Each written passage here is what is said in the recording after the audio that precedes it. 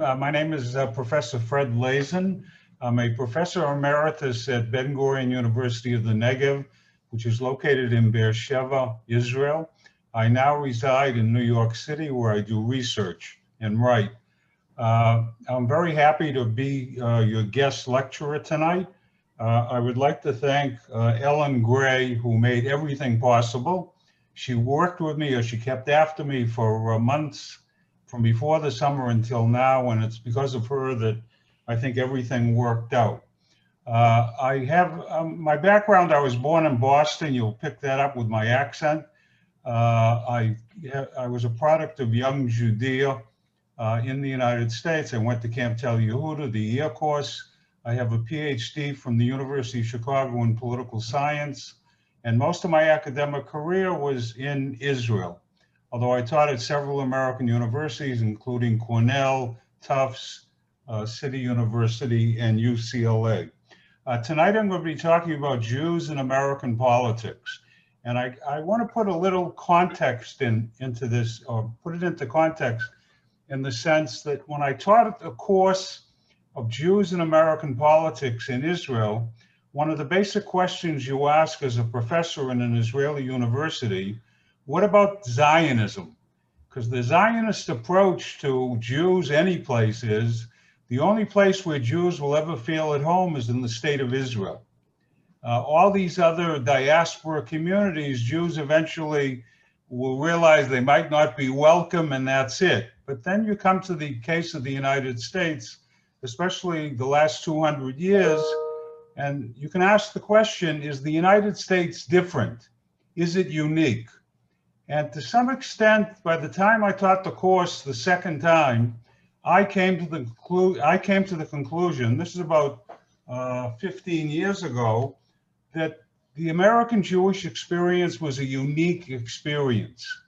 That basically, by the time we get to the 1950s and 60s and 70s, Jews are very much at home in America. So if we can have the next slide.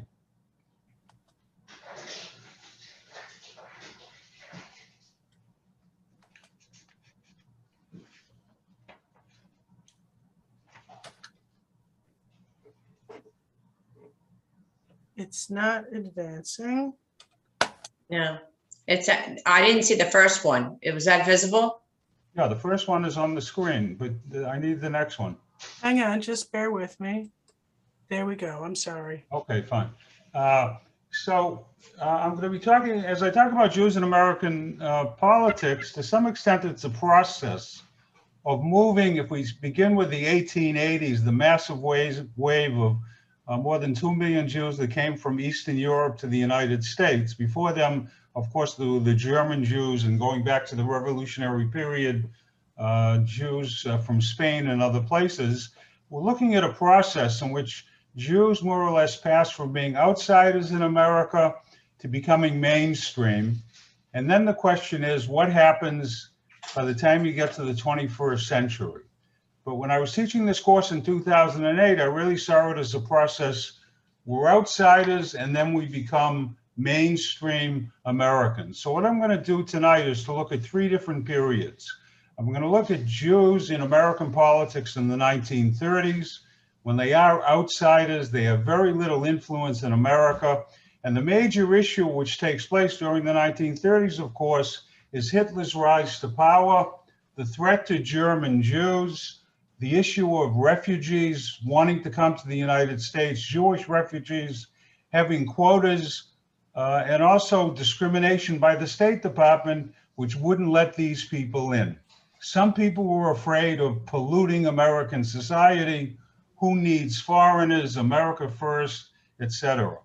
Then we'll move after the Holocaust to the 1970s and 1980s, when we look at the struggle for Soviet Jewry, where American Jews are much more mainstream, they're wealthier, they're politically connected, more people in public office, they're very influential.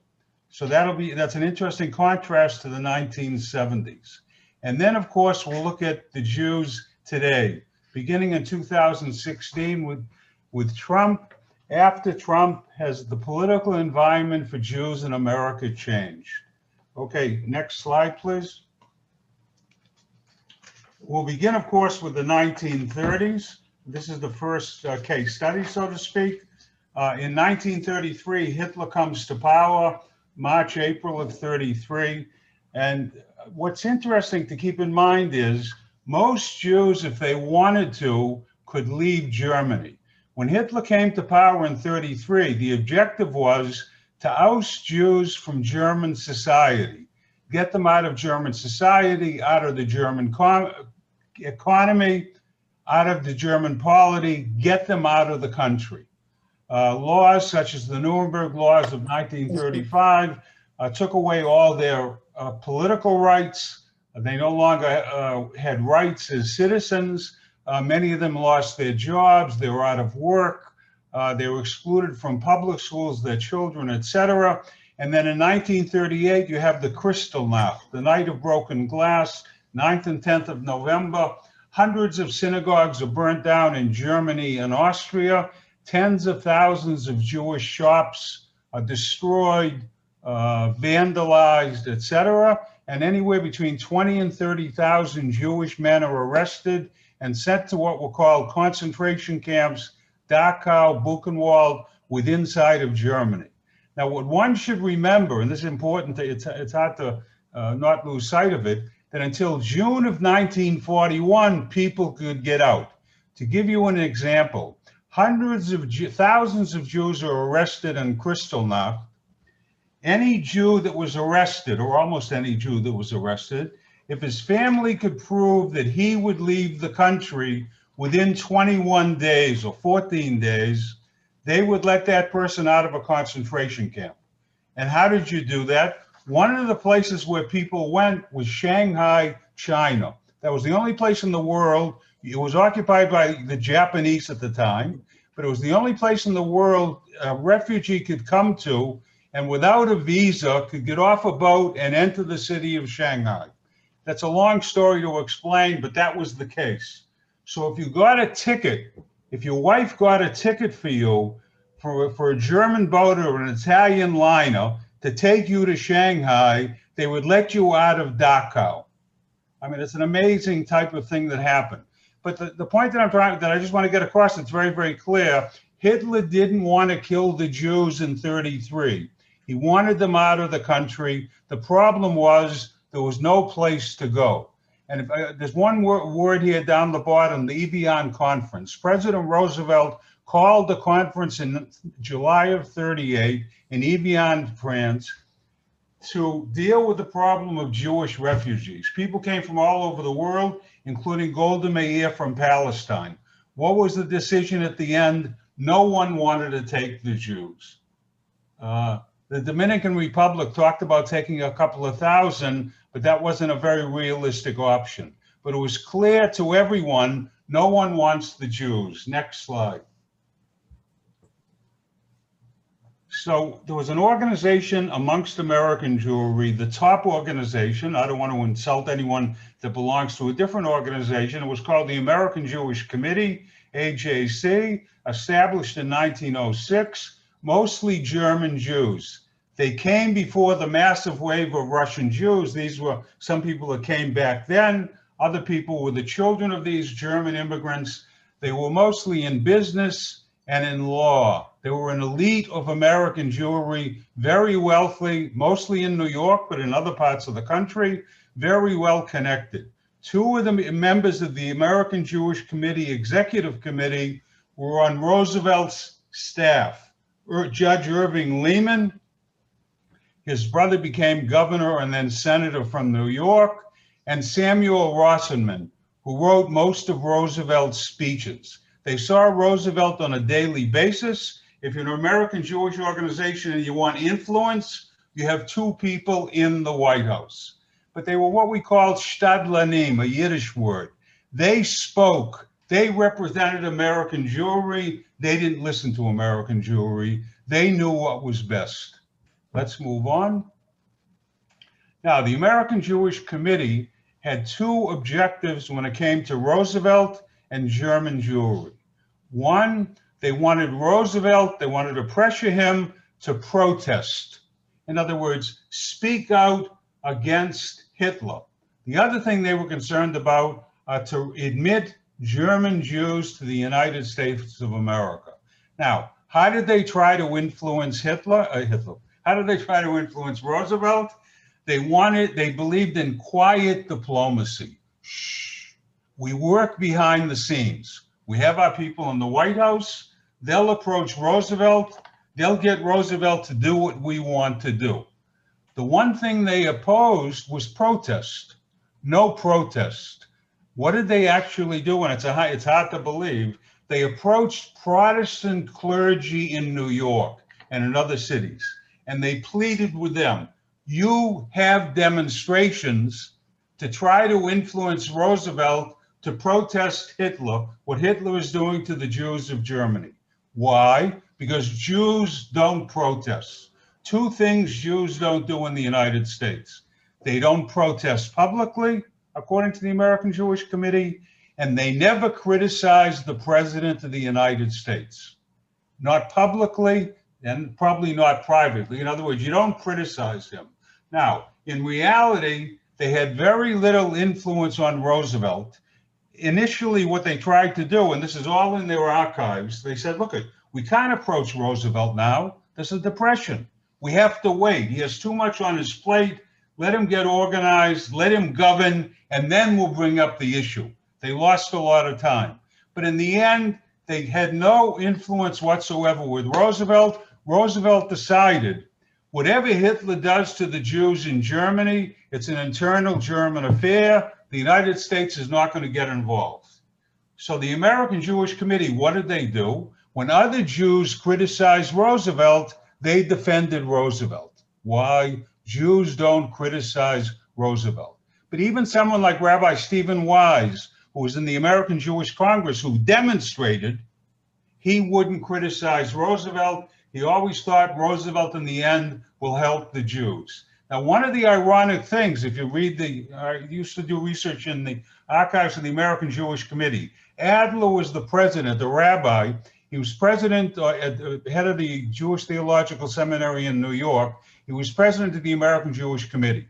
He writes a letter to someone and said, you know, if Roosevelt would do something, maybe that's not such a good idea.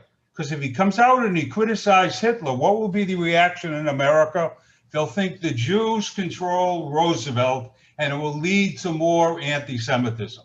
I mean, it's a strange situation, but these are powerless men, frightened men, and they're leaders in the American Jewish community in the 1930s. Next.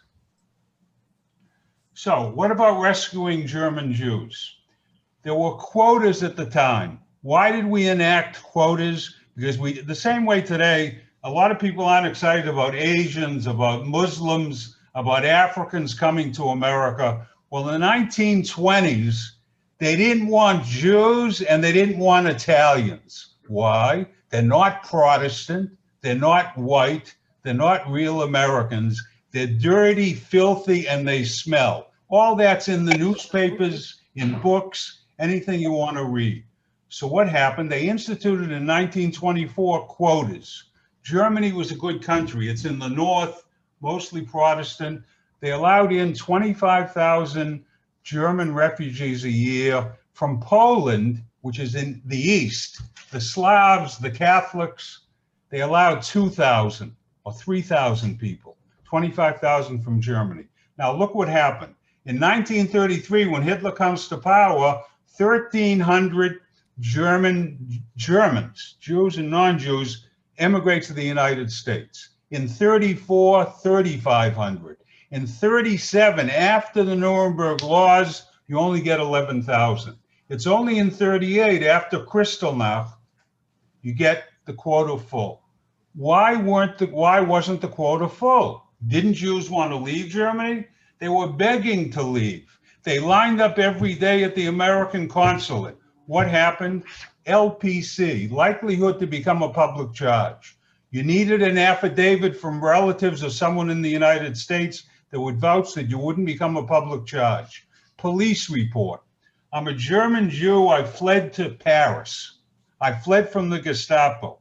I go to the American embassy, American consulate. I fill out all the visa papers. And they say to me, wait a minute, where's your police report? I said, police report? Yes. Mr. Lazin, go back to Berlin, go to the police, the Gestapo, and have them give you a piece of paper saying you're an honorable citizen, you haven't broken the law. Thousands of people were kept out because of police reports and affidavits. But the other thing was bias of consuls. Many people have written books about this. Read Arthur Morse's While 6 Million Died. Most American consuls in Germany didn't want to give visas to Jews. They didn't think Jews would make good Americans. So what happened? The doors were closed until 1938 for most people. And we have the incident of the St. Louis going to Cuba, but I'll just refer more to the Roger Wagner's bill. In 1939 in Congress, someone proposed, Rogers and Wagner, Senator Wagner from New York, bring 20,000 children. They won't take any jobs. Bring them from Germany into the United States over 2 years. That's what Britain did. What happened? The bill died in Congress. No one would support it. Everyone opposed it. Next. Now, why the failure of the American Jewish Committee? Why did they fail so much? Let me just go over these points, and we'll go through it quickly. They were the leadership, this elite. They were old men. They were sick. They had other concerns. They had their businesses to worry about, and they had their families. In May, the American Jewish Committee used to meet on Thursday at lunchtime. At lunchtime, the head of Macy's could leave Macy's for 2 hours.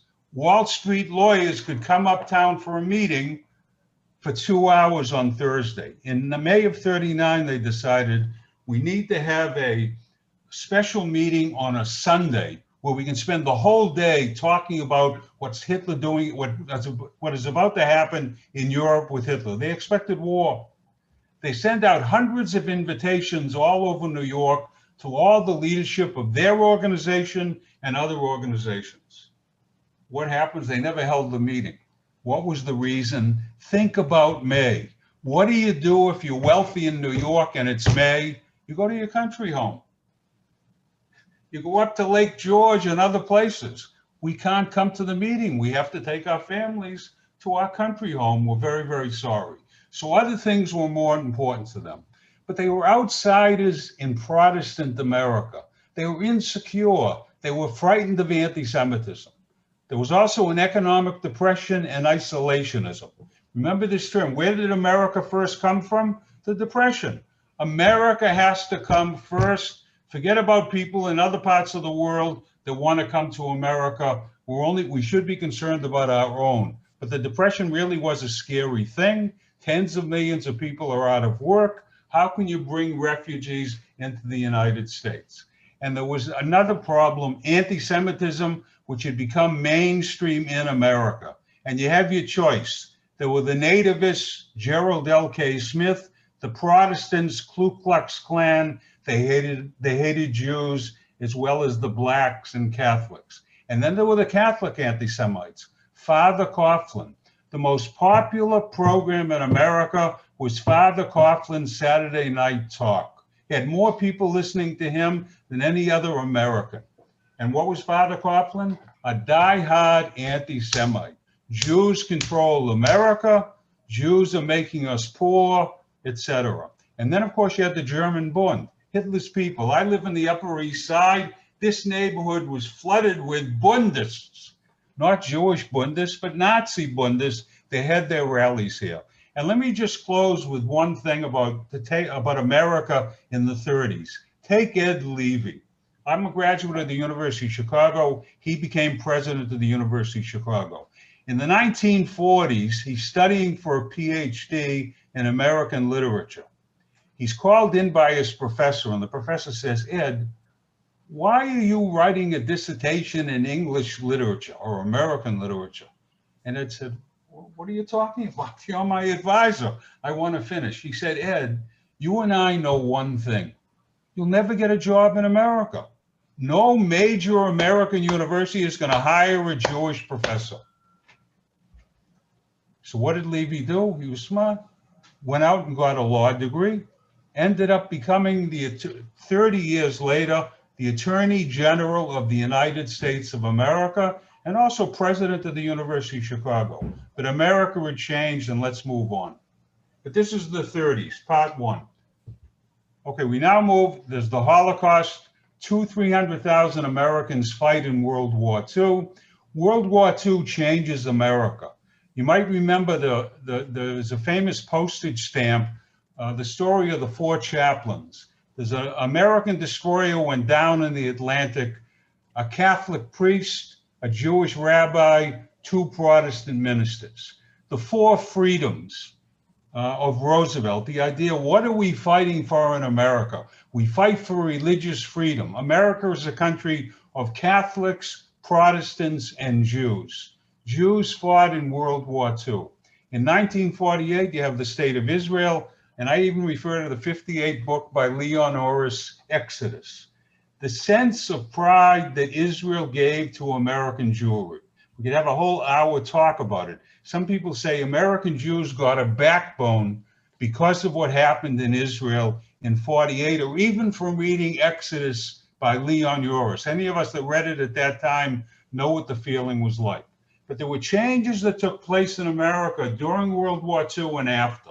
It became tri-faith America, America of the three faiths, topped off by a Catholic getting elected. You might recall when Kennedy ran for president, how can a Catholic get elected?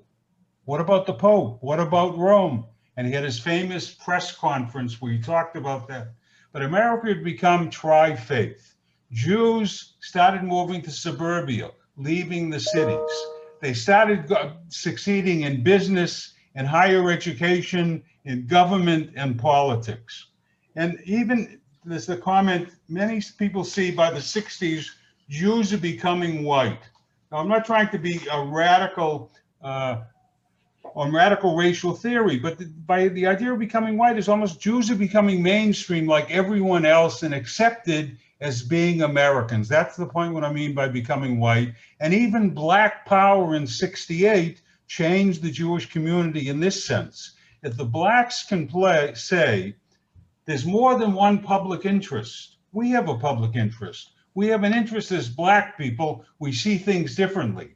That legitimized Jews in the 70s that were fighting for Soviet Jewry to say, we have an interest too as Americans, Soviet Jews. Next slide, please. Now, we now turn to the 60s to 1989, beginning in about 68, the struggle for Soviet Jewry in American politics. I'm doing this in a nutshell. You can Google me on Google, and you can see some of my books, but I've written 2 books about the struggle for Soviet Jewry, which you might want to look at sometime. But basically, to understand Soviet Jewry, you have to understand Israel. Israel created something called the Liaison Bureau. They were looking for Jews in the early 1950s. So they brought in their intelligence people, and they said, where can we get Jews from? Only 2 places, large numbers, well-educated, Soviet Union and the United States. They came to the conclusion, America's too good. We'll never get American Jews. Let's work on Soviet Jewry. So they started sending in people from the Liaison Bureau to work out of the Israeli embassy in Moscow. But they also sent a group of people to the United States to try to influence American public opinion that the Jews of the Soviet Union are being threatened by a Holocaust, a cultural Holocaust. The Soviet Union is slowly but surely turning them into Soviet citizens lacking any sort of Jewish identity. So they wanted to pressure the United States government to pressure the Soviet Union to let the Jews live as Jews or leave. And if they're going to leave, let them go to Israel. That's what the Israelis were concerned with. And they had people in Washington and in New York that worked with the media, with Congress, and with American Jewish organizations. By 68, they set up something called the National Conference for Soviet Jewry. Every American Jewish organization joined the struggle for Soviet Jewry. They sent Elie Wiesel to the Soviet Union to meet with Soviet Jews. You might recall his book, The Jews of Silence. They organized it. They got the book, the American Jewish Committee paid to publish the book in the United States, and it turned a lot of people on to the struggle with Soviet Jewry. So they're pressuring Congress to act, and they're pressuring the White House to pressure the Soviet Union. Let them live as Jews or leave. Along comes Senator Jackson. You might recall the Jackson-Vanik Amendment. Nixon is president from 72. Nixon wants trade with the Soviet Union. Jackson says, wait a minute, I want trade with the Soviet Union, but what about freedom for the Jews? If you want most favored nation status, what does that mean? That means that if the United States is going to trade with the Soviet Union, the United States, if a nation has most favored nation status, the United States provides loans and money to facilitate trade between the two countries. Soviet Union is too poor to buy a lot of things in America. With most favored nation status, they can get a lot of things in America. So Jackson says, we'll give you most favored nation status if you let the Jews go. Jackson was a Norwegian-American, wonderful guy, loved Jews, wanted to free the Jews of the Soviet Union. What did President Nixon do? Nixon called in the presidents of major American Jewish organizations and the heads of the National Conference of Soviet Jewry. They're meeting in, I don't know if they met in the White House or they met in New York. That I can't tell you. But they're meeting with the President of the United States. And he says, gentlemen, there might have been one or two ladies in the room. There were a couple of women that were from Hadassah. He said, I'm the President of the United States. I know what's best for the United States, what the American public interest is. We have to trade with the Soviet Union. I can guarantee you that I can get Jews out, large numbers of Jews, more than ever left before. But I need you to defeat, I need your support against the Jackson-Vanik Amendment. And again, I'm the president. He leaves the meeting, and they sat there and debated for 2 hours. At the end, they voted, we support the Jackson-Vanik Amendment. This is on April 30th, 1973. In the 30s, you can't criticize the President of the United States. They're afraid to speak out. In 1973, American Jews challenged the President of the United States. Publicly, they oppose him and they support the Jackson-Vanik Amendment. That's something, in my opinion, almost unbelievable, but it shows what they felt. They felt secure, they were American, they were mainstream, they wanted to change the policies of the president, and they're willing to fight him face on. Okay, head on. Next. Now, how successful was the movement for Soviet Jewry? Keep this fact in mind. Between 1968 and 1989, Jewish refugees from the Soviet Union got preferential treatment. There were about at any given time during those dates, about 16 million people want to come to the United States. The United States lets in a couple 100,000, that's it. Who got preferential treatment? Soviet Jews. Any Soviet Jew that wanted to come into the United States at that time could come in either as a refugee, which meant the United States government paid for you, or the Attorney General could parole them into the United States, and then the Jewish community had to support them. But they got in. That's unbelievable. In the 30s, Jews couldn't get visas to the United States, even if they were qualified. Here, they get preferential treatment. In 1989, the Soviets opened the gates. The United States pressure succeeded. Gorbachev wanted détente. The president at the time, the second-rate actor from Hollywood, Ronald Reagan, the great Republican, said, Mr. President Gorbachev, you want détente?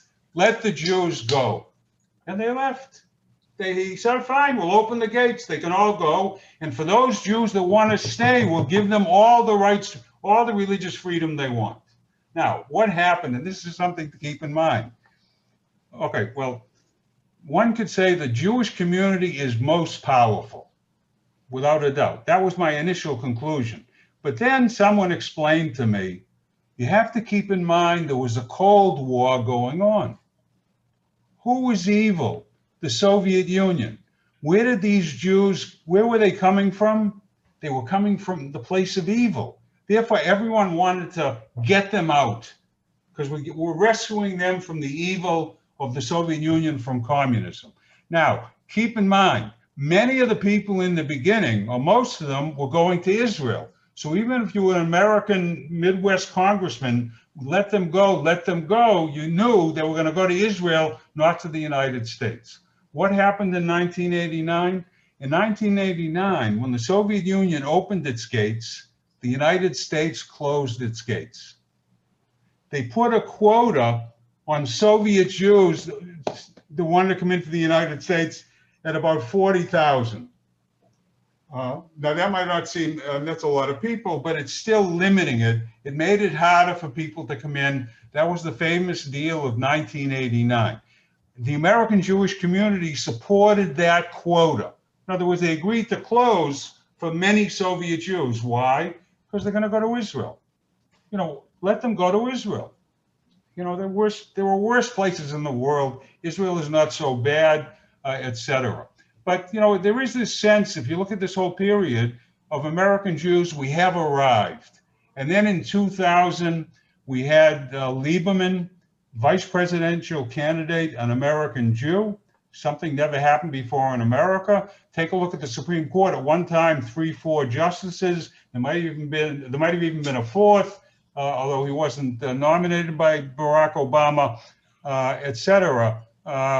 10 to 12 or 13 senators out of 100 are Jewish. About 25 to 30 members of the House are Jewish. There's a sense, you know, we've made it in America. We belong. We're mainstream. Let's move on to part 3. We'll finish up within 15 minutes, hopefully, if not sooner. The 2016 election. One of the people running for president attacks Muslims, immigrants, Mexicans, makes the comment about an American judge that ruled something about him. The guy has Mexican heritage. How can I get a fair hearing? He's a Mexican American. Some people that wrote in the press, there were even states that wanted to pass laws in Kansas and other places to make sure that Kansas will never adopt Sharia law. That's Muslim law.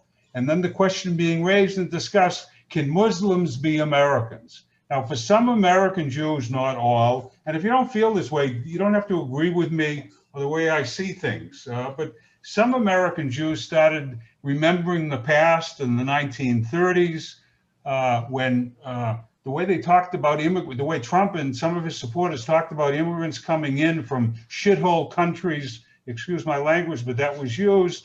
That's the way they talked about Jews in the 20s and the 30s and even in the 40s. And when you talk about Sharia law and all that, what about kashrut and things like that? If Muslims can't be good Americans, what about Jews? But that was not necessarily raised. Next slide. But people thought about it. You have anti-Semitism on social media. I mean, we're in the age of social media. Trump's supporters started targeting Jewish journalists. For an example, if you criticize Trump, you got thousands and thousands of emails and tweets and other things like that. Various reporters, someone wrote about Mrs. Trump.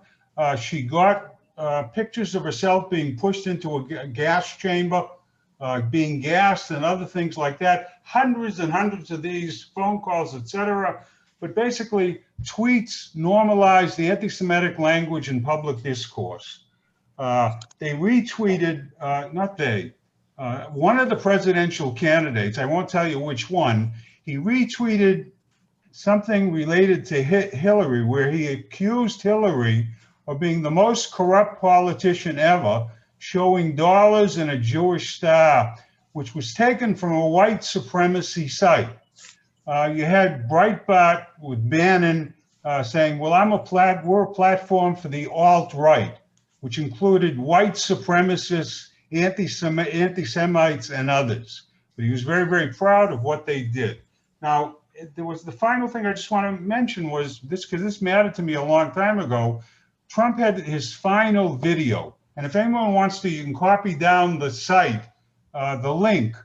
Just Google Trump's final campaign video, where he talked about international banks. I think it's one of the best pieces of political propaganda, which is legitimate, I've ever seen. Now, what he basically talked about how international bankers are controlling America and taking over the American economy and bankrupting American workers and the American middle class. Only 3 faces appear in the video. One is George Soros. And when you see the name George Soros to anyone on the right or any anti-Semite, that's just writing J-E-W, Jew. But the second person was Janet Yellen, who was with the banks at the time.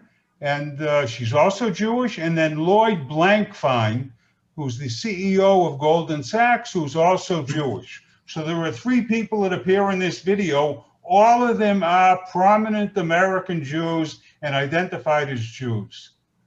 Let's go on to here. This is now, you can understand this. You can understand that when you see this picture of Hillary and you see all the dollar bills, you don't see anything Jewish in this picture. Nothing should remind you of anything Jewish.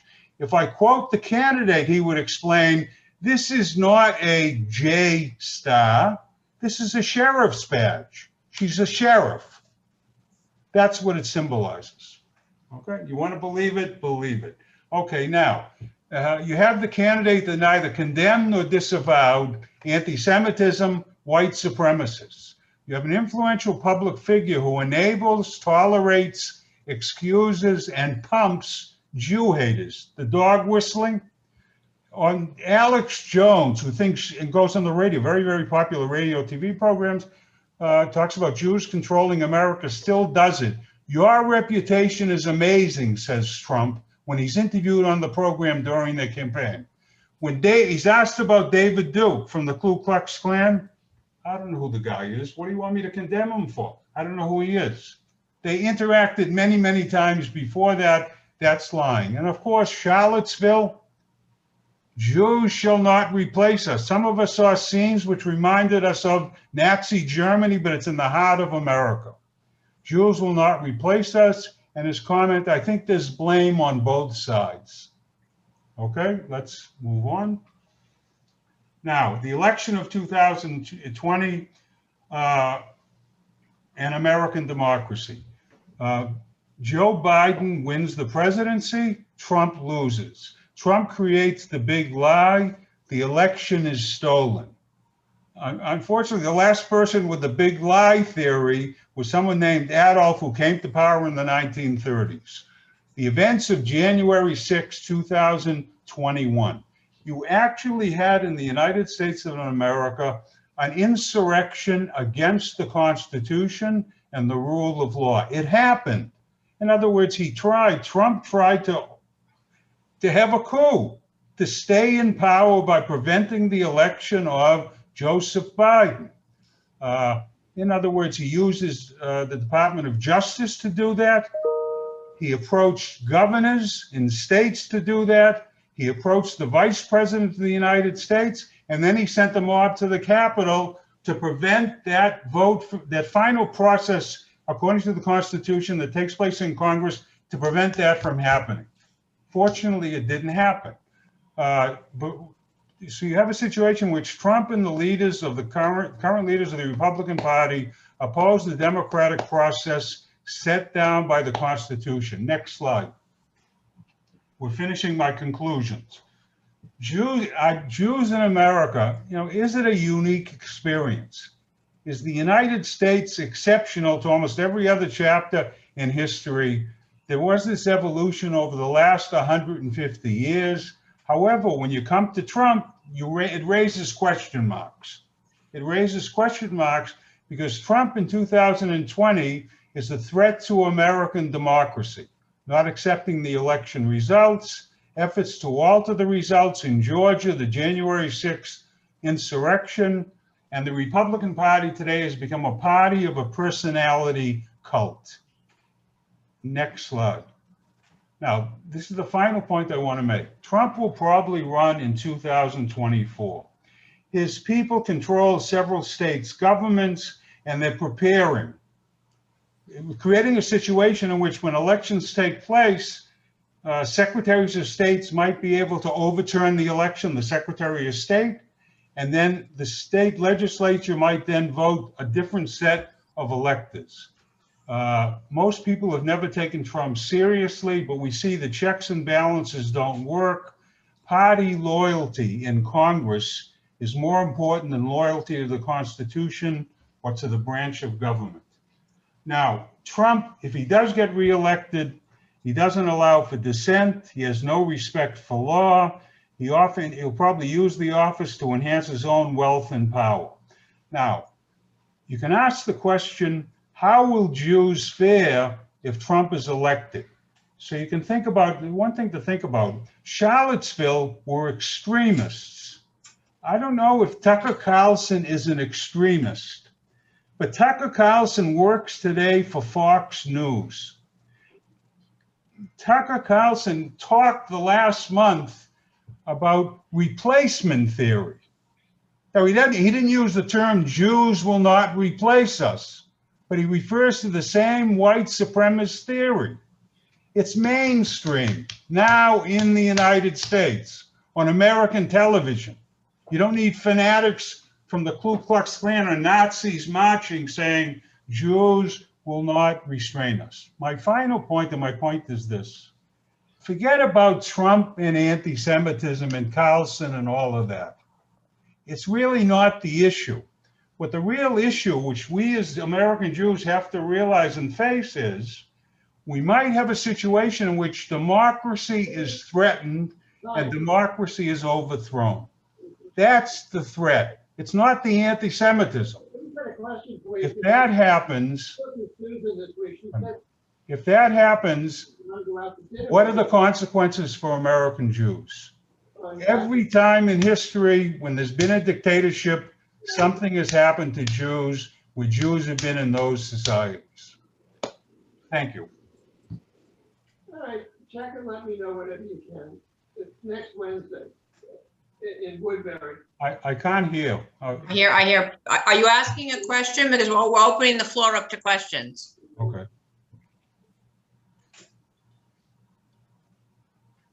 Okay, I'd like to open up the floor to questions. You can unmute yourselves. I have a question. Yeah. What is the attitude of the people in Israel towards Biden?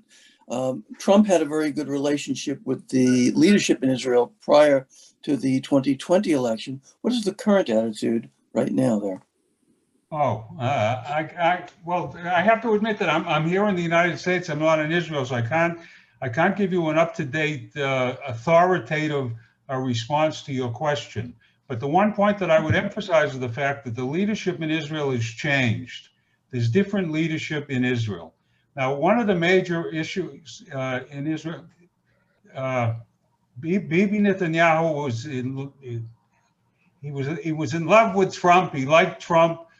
He thought Trump was very supportive of Israel. He and most other people in Israel thought Trump was very supportive by moving the embassy to Jerusalem, by ending the agreement between the Iran agreement, etc.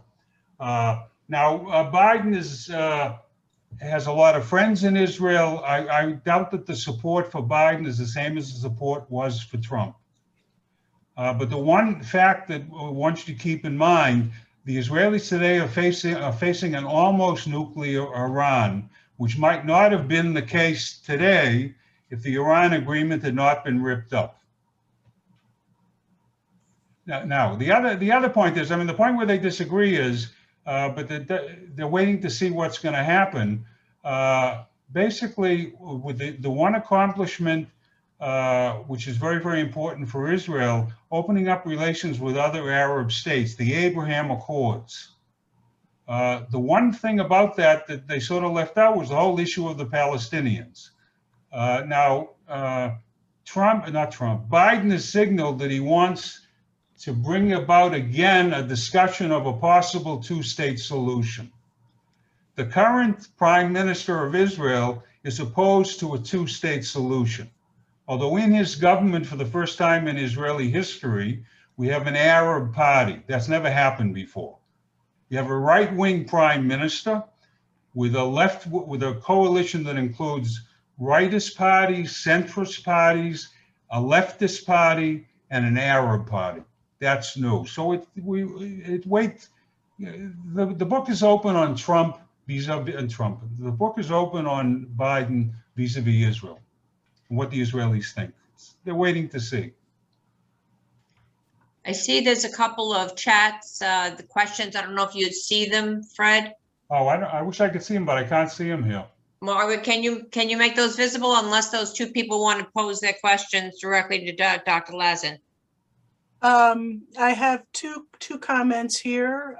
One is from Linda Mont saying Art and I are at the temple in Shanghai. Sherry has a Okay. comment. Yes. Let me just say, that's probably from, she's a PhD student at Fudan University, if I'm not mistaken, and she does a lot of research on Israel. She could probably give us a better answer about Biden on Israel than I can, but go ahead. What's the question? She did not state it. Linda did not state a question. Oh. Okay.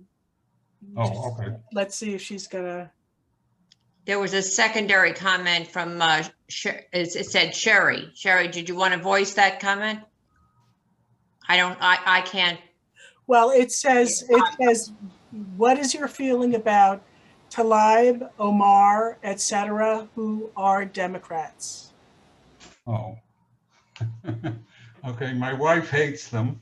My wife is very, very upset about them. But the one thing I would say is that I don't think that they represent the Democratic Party, and I think Biden represents the Democratic Party, or Nancy Pelosi represents the Democratic Party, or all these other pro-Israel congressmen. But the one thing I think one should keep in mind in dealing with one of the squad people is a Palestinian. So if I were a Palestinian and my family lived in the West Bank or some other place, I wouldn't be excited about the state of Israel. And if I came to America and became an American citizen, and I became an American congresswoman, I wouldn't be pro-Israel. I don't know what people expect. Now, sometimes she crosses the border. Some people think that some of her things are anti-Semitic, etc. That's a problem, and that should be condemned. But the fact that she's pro-Palestinian shouldn't surprise anyone. Now, the other thing that I think is very, very important to understand is that while Obama was president, the Prime Minister of Israel came to Congress while they were debating his major foreign policy program, which was an agreement on the Iran. And the Prime Minister of Israel came as a guest of the Republicans in Congress, to speak against the program of the President of the United States. Now, some people criticize Netanyahu in the fact that rather than work to create support amongst Democrats and Republicans in Congress for Israel, it didn't matter to him. He wanted Republican support. Now, he justified and said, I'm defending Israel. But many people thought he shouldn't have come.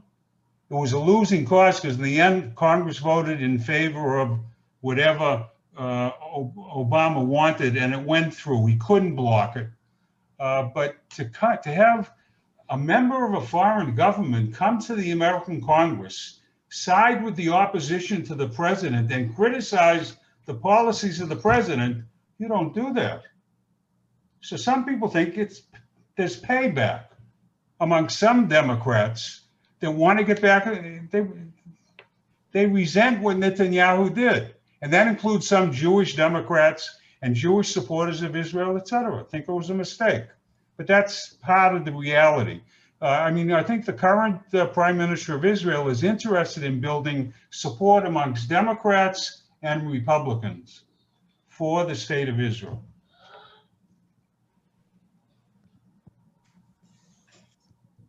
I have a question. Okay. taking the long look, as you did at the beginning, going back in the whole scope of history of the United States. United States is over 200 years old, and the Jews have done very well here in recent times. But the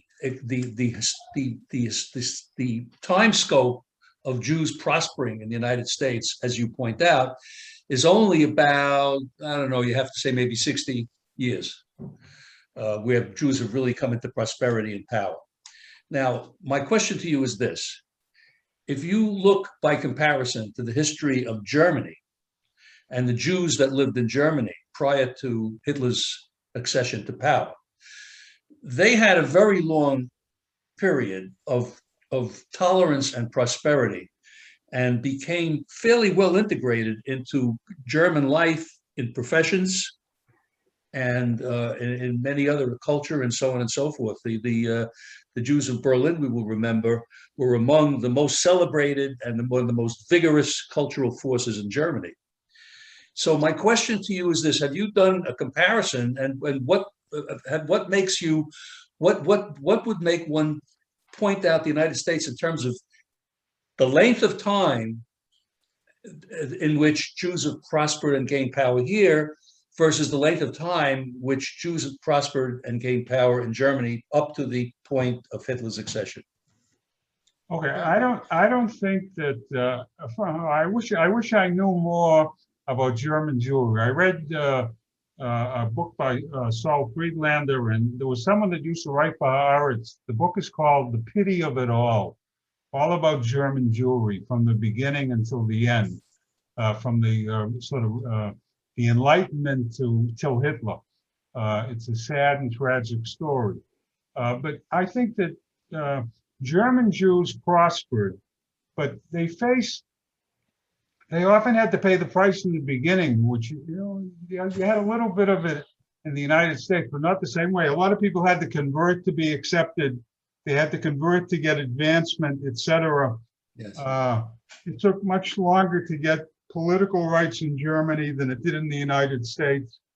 And I think acceptance, and you also had the place of anti-Semitism in Germany is very different than anti-Semitism in the United States. Even though we've had various times of extensive anti-Semitism in America, but it's often been peripheral, even though sometimes it comes mainstream, but it's not part of the American culture the way it was a part of German culture. So it's hard to really compare the two. It seems to me that success in America for American Jews, begins in the Jews were successful all throughout. There were many Jews that were successful, but the moving into the mainstream of the mass of American Jewry is more recent. It's probably 60 or 70 years old. Beginning in the 30s, I mean, the New Deal had a lot to do with the advancement of the Jews politically. You couldn't get jobs on Wall Street if you were Jewish lawyers or accountants. So where did you go? You went to Washington and you worked for the New Deal. They wrote all the regulations. Roosevelt opened it up. To some extent, the Protestant establishment boycotted Roosevelt. They thought it was a little too socialist, etc. And the Jews came down from New York and went to work. I mean, that's a little simplification. And then, the GI Bill, of course, opened up academia for American Jews, and everything else changed. But it's not, Jewish prosperity in America continues. It's full speed ahead. The question will be, if the political system changes, what's going to happen? I can't give you a comparative analysis of what took place in Germany. I just don't have the background. Thank you. I see a question from Mike Heidberger saying, how do you feel about AIPAC giving a platform to Trump during the 2016 campaign? No comment. He's a king. Well, put it this way. How do I feel about it? I never thought about it. I'm talking about the 2016 campaign. I'm more concerned about the 2024 campaign. but he was a candidate for president. I think it's legitimate. I'll take back my no comment. I thought it was legitimate.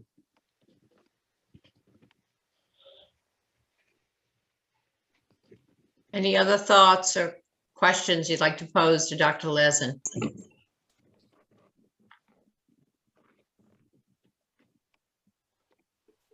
Hi, I'm Jan Singer, and I've been fairly active politically on the Democratic side for many years. And certainly during the 2016 campaign, I had many connections through Facebook and other social media comparing the Trump campaign in many ways to what happened in Germany before and during Hitler's rise to power, which was also simultaneously rejected by many. I think some of the people who rejected it no longer reject it. And so my theory, not so much a question, is that if you ask the Germans in the early 30s, before Hitler's rise to power, they would totally have defined themselves as Germans, period. Not even German Jews, they were Germans. And they couldn't fathom anything like Hitler became. And if you go to our country, we are having a very, very difficult time dealing with the transformation of the political front, not just as Jews, but of course, as a Jew, I am very concerned, but as an American who cares very much about democracy. So I really feel that if this continues unabated over the course of the next couple of years, that this is one scary time, not just for Jews, and for whom I do think we will be at the butt of a lot, but also for the country. So I am what I would have said, which is when you first gave this lecture, what did you say, 2008, 2009? Absolutely, I would have said the United States was unique. I'm not so sure anymore. That's my point. You made my point. I share your sentiments. One should read, I get mixed up with his first name, Kagan, Kagan, in Washington Post. It's worthwhile to read. He's writing about what's happening with Trump in 2024 and the present reality. It's not a question of something that might happen, it's happening. Yeah. Worthwhile to look at. And you might even look at, today in the New York Times, there was an op-ed piece related to that as well.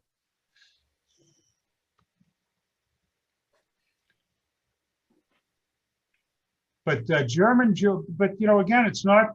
I mean, I don't think Trump is the Hitler. It's not. But he seems to be. He tried to overthrow a democratic regime, which has never happened in American history, in all 200 plus years of the republic. It's never happened before. He made an attempt. He didn't make an attempt. He attempted to overthrow the results of the election. And he also simultaneously opened up a dark world and gave it permission to unleash the forces that we are seeing right now. Well, the other thing beside the forces, I mean, even like all these militia, thousands of militia people, the one thing that was missing to some extent, they saw some of it at the insurrection on the 6th of January. With Hitler, there was always violence. When they overthrew the Weimar Republic, during those elections at the end, there was always violence between the communists and the Nazis and the right wing. These people are there. Who knows what's going to happen in the months and years to come? They've been restrained. He said, stand down and stand by. If you remember, they said something about the Proud Boys. Stand down, but stand by. So maybe they're standing by. For what? I mean, it's scary. I mean, I don't know if you noticed my name. Someone correctly put Dr. Lazin up. I don't know how they changed that. I don't like doctor, I prefer professor, because I can't help anyone health-wise. But the name that appears on my computer is Carmen, Carmen, as a name. And when I went on, someone was confused. Who's Carmen? That's my granddaughter, one of my 3 granddaughters. And to some extent, I should have started in the beginning because it's really for her that I'm concerned. Carmen and my other 2 grandchildren, Absolutely. Egg Good point. and Ariel, because it's their future. I mean, I'm old already. Doesn't matter, it's really what's the future going to be for our children and our grandchildren Absolutely. in America. Hopefully it'll be good, but Prognosis is not good. So you are a doctor. well, worrying doesn't help, but it's hard to act. And one doesn't really know what to do, but hopefully those people that are capable of doing something about it will do something. Well, unless there are other questions, I'd like to thank you, Dr. Lazin, so much, or Dr. Fred Lazin, Carmen, also known as Carmen for your children, for presenting a very interesting and insightful program. Thank you all, and Yeah. have a nice week.